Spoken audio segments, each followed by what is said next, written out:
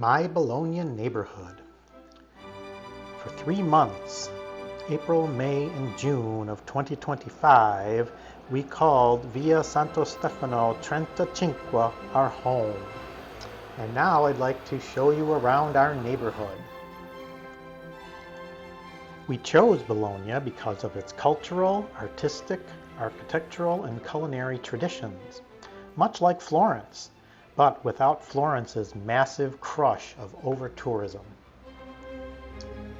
This is our street, Via Santo Stefano, and here, just steps outside our door, we could find everything we need, from groceries to butchers, bakery, restaurants, wine bars. It had it all.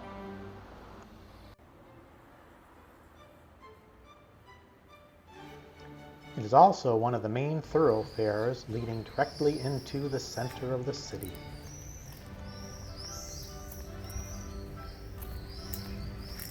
It also led to this area that we called our backyard. It was less than a 2-minute walk from our apartment door, where we could find another dozen or more restaurants and wine bars, and be in the presence of many hundreds of people every afternoon and evening. Piazza Santo Stefano, filled with life, where you can come to eat, drink, socialize, people watch, concerts, and much more.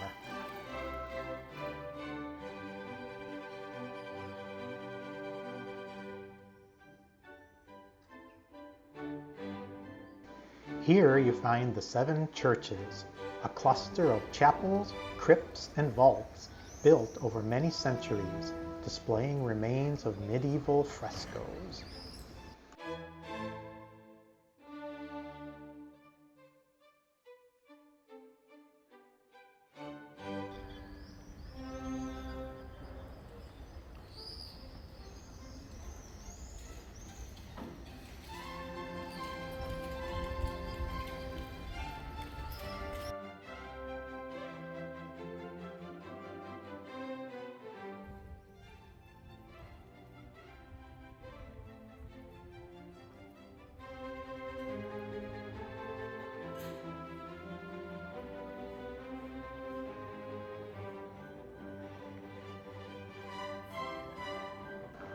Continuing down Via Santo Stefano, we will pass many, many, many more places to eat. It is totally incredible how many places there are in Bologna to get food.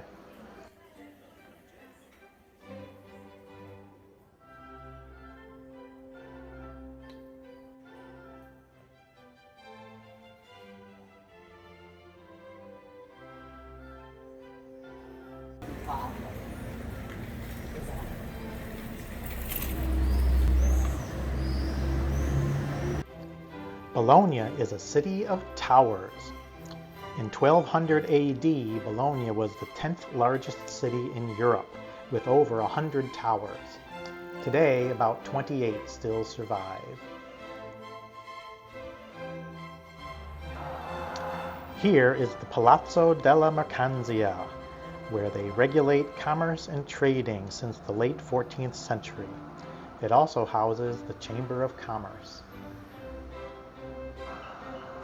Here it is from another angle.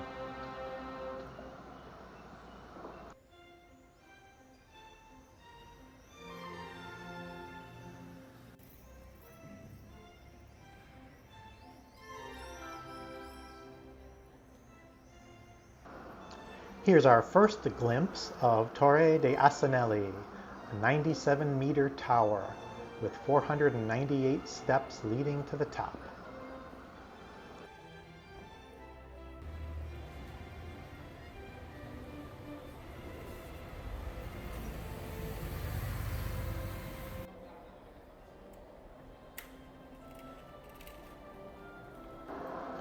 When we wanted a little taste of home, we would stop at Well Done Burger and get some burgers and drinks.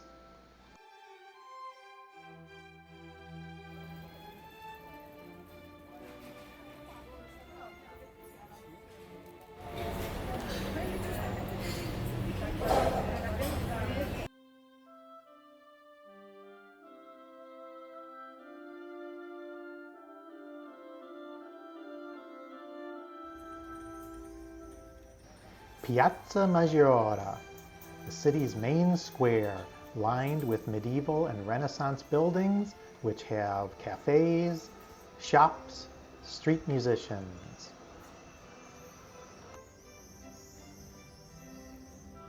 There is the Basilica of San Petronio, dedicated to the city's patron saint. The largest and most important church in Bologna.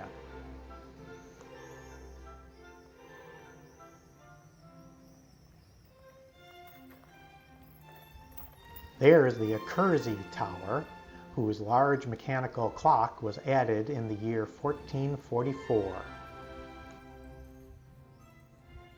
To the right of the clock tower is the Bologna Welcome Center.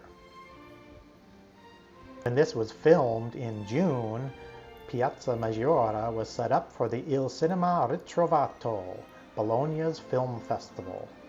In 2026, it will be the 40th edition of the film festival.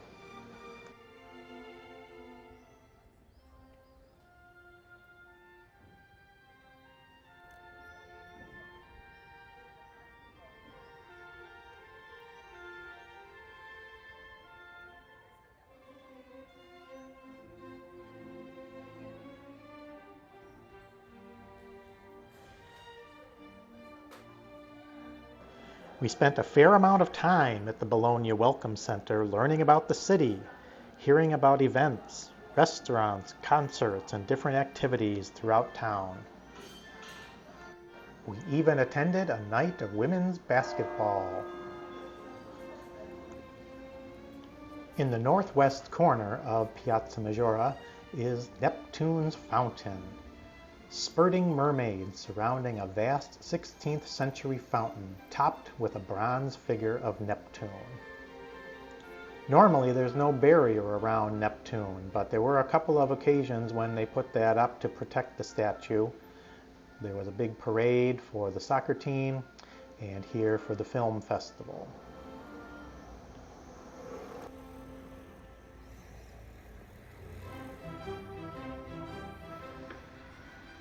Here is Palazzo Rienzo, a 13th century palace with a grand interior, and it hosts many large events.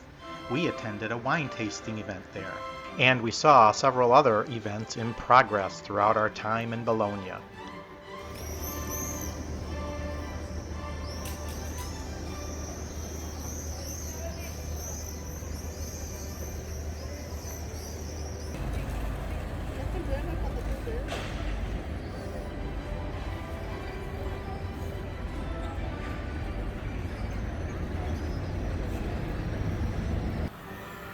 Due Torri, the two towers of Bologna. The taller is Asinelli, the shorter Garisenda. We'll see better pictures of them later. Just north of the Neptune Fountain is a major intersection. Via Ugo Bassi, Via della Indipendenza, and Via Rizzoli all come together, and it's a major shopping and transportation area.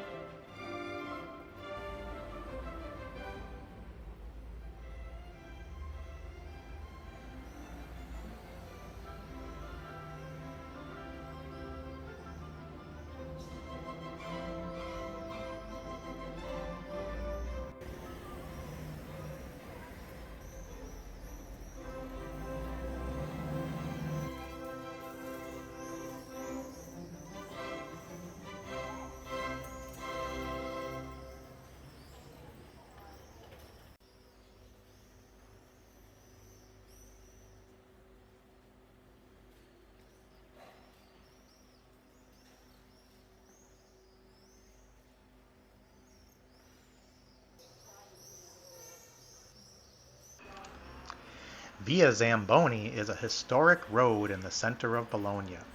It's about 1 kilometer long and leads from the two towers to Porta San Donato. Along this road are some of the most important places of art and culture in the city. Along Via Zamboni, we came across a small permanent collection of photographs of Pietro Papi. Starting in the 1860s and for 40 years, Bologna was the center of his photographic eye.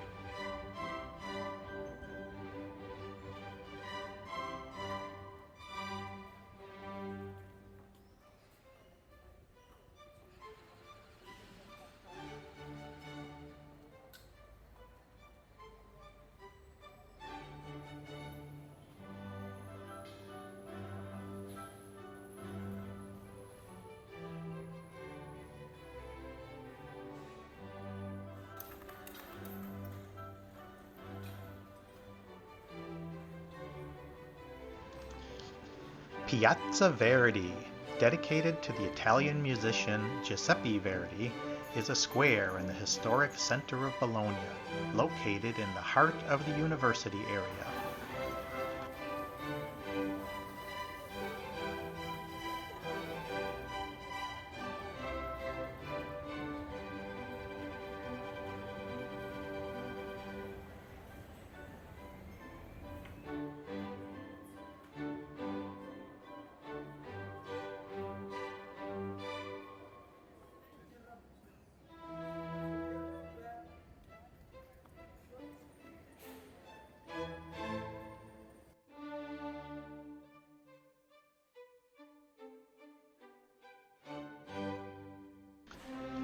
Bologna's canals are a largely hidden historic network of roughly 60 kilometers of waterways, originally constructed between the 12th and 16th centuries to power silk mills, grain grinders, and support trade.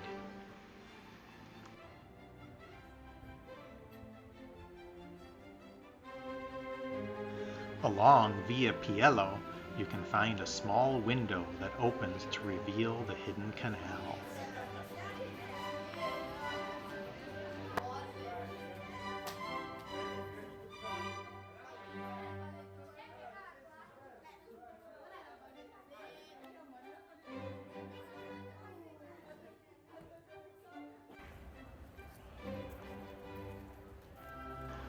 Construction was taking place along the entire length of Via dell'Indipendenza the whole time we were there, as Bologna reintroduces a tram system.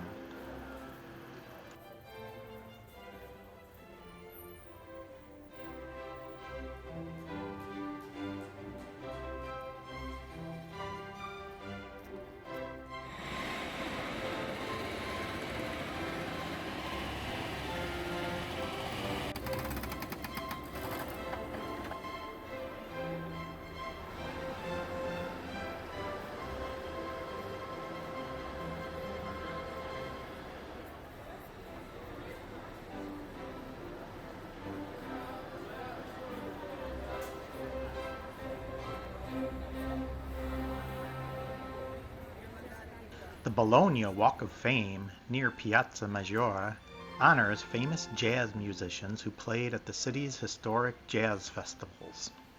Max Roach, drummer and composer, was awarded an honorary doctorate from the University of Bologna.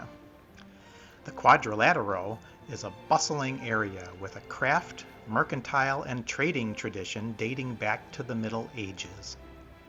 Shops have often been handed down through the generations and sell the same category of goods and have kept the same historic architecture and furnishings.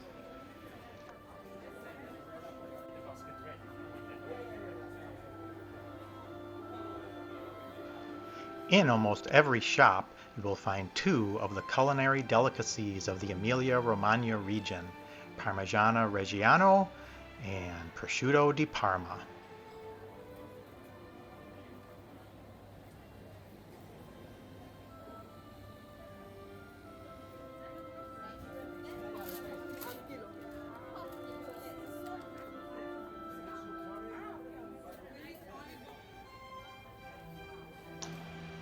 The San Luca Express is the tourist train that will take you from Bologna's city center up to the enchanting Basilica di San Luca, where you'll be immersed in the splendor of the Bologna hills.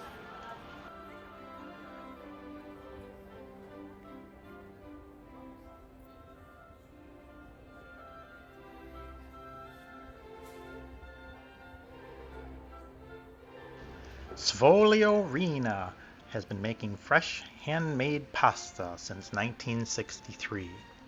And though they may be one of the most popular, as you go throughout Bologna you will see many windows where fresh pasta is being made.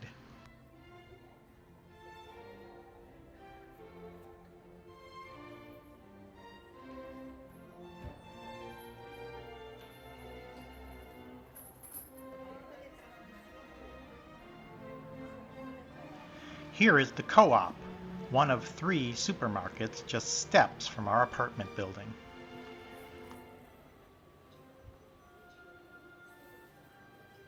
Crossing Via Farini, we see Chiesa San Giovanni in Monte, one of the churches just around the corner from the apartment.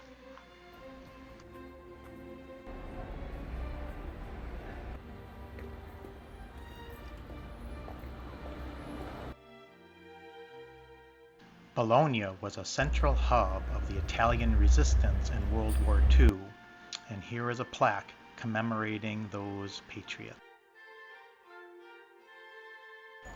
We're almost back to the apartment now, and we'll see the other 2 grocery stores, the Pam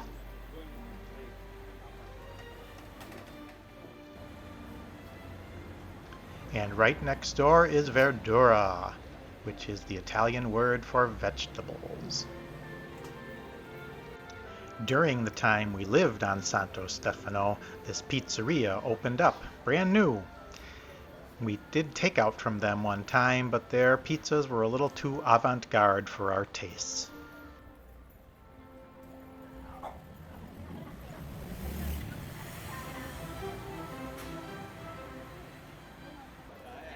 Here we see the 2 towers from a different angle and in much better lighting conditions. This is Via Rizzoli, between Neptune's Fountain and the 2 towers.